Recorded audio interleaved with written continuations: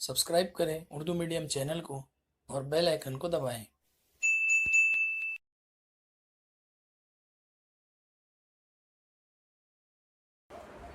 अस्सलाम वालेकुम।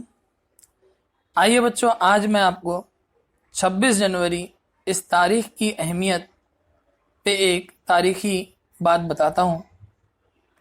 ये बात तो हम सब जानते ही हैं कि 26 जनवरी 1950 को हमारा दस्तूर अमल में लाया गया था। मगर क्या आप ये जानते हैं कि दस्तूर को अमल में लाने के लिए इसी तारीख को क्यों चुना गया? 26 जनवरी 1950 की तारीख को इसकी तारीखी अहमियत की वजह से ख़ास तौर पर मुंतखब किया गया था।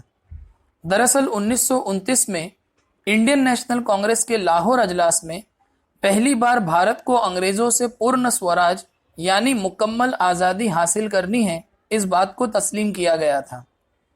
उस वक्त से लेकर 1947 तक ये दिन यौम आज़ादी के तौर पर मनाया जाता था, यानी कि 26 जनवरी का दिन जो था वो यौम आज़ादी के तौर पे मनाया जाता था।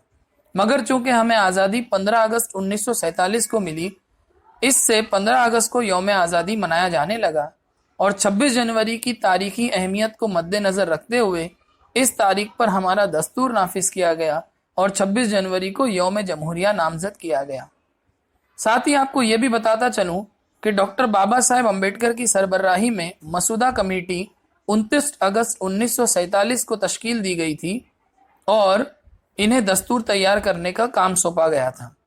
दस्तूर को तैयार करने में 2 साल 11 महीने और 17 दिन का वक्त लगा था और दस्तूर की 3 बार रीडिंग करने के बाद 26 नवंबर 1949 को उसे एडॉप्ट किया गया और 26 जनवरी को उसे नाफिज किया गया। तो मैं उम्मीद करता हूँ 26 जनवरी से मुताल्लिक ये मालूमात आपको अच्छी लगी होगी। शुक्रिया।